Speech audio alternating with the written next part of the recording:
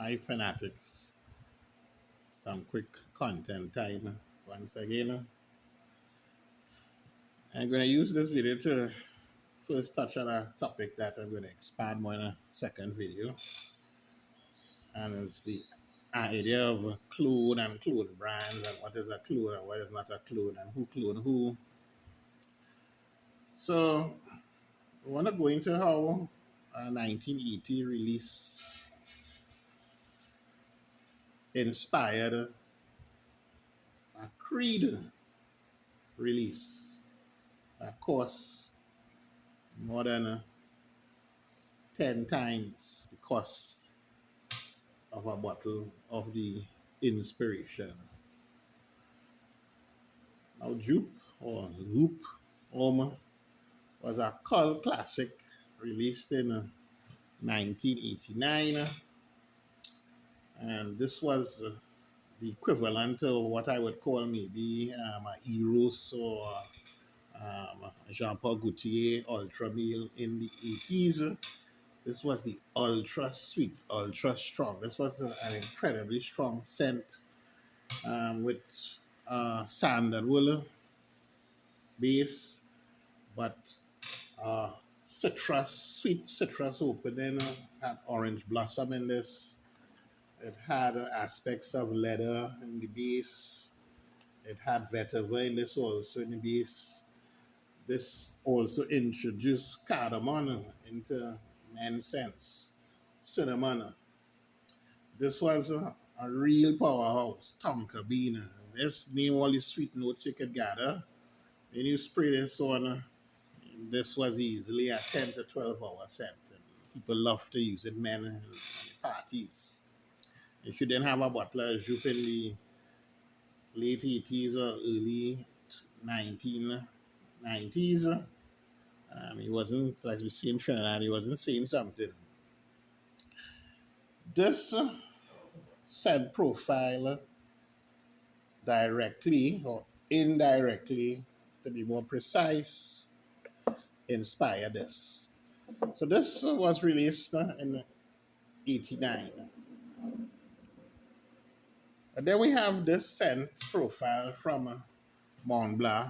And that time Mont Blanc basically is a luxury brand into, um, they were popular for pens, but they were also popular in clothing wear. They had other stationary items that were sold as or positioned as luxury um, goods. And they came out in, I believe, 2003. So you're talking good bit of years after, maybe almost 14 years after Joop for Men was released. They came out with a scent called Individual. And basically what they did with Individual was took that Joop DNA and refined it. So they added some lavender, they added some juniper berries, mint, rosemary, violet. Um, they added some raspberry in the base notes, some dark chocolate, amber. And what you got was a much more refined take on this. Really smooth scent.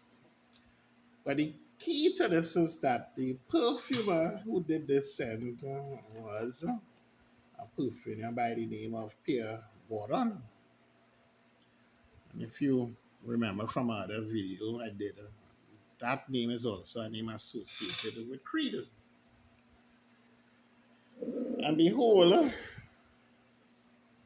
came this scent, Orginal Santal, that was released in 2005, so you're talking about 2 years after. And the perfumer that Creed engaged to do this was basically the same Pierre Bourdon. So if you smell these two scents, you can't tell them apart. They smell almost identical because it's the same perfumer basically going across the Creed, and basically taking individual and putting it in this bottle.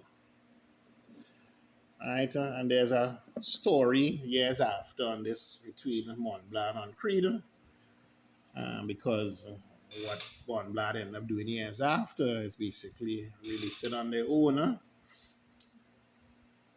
an alternative and an inspiration to Creed Adventures, which is Mont Blanc Explorer. So quite interesting. You see that you also have where Creed is the culprit doing the clone. Right? And even now, you could basically get a bottle of this on discounters for around 30 US. These is still going to pay in the 300, and they have even reformulated the original Santal with a release from last year.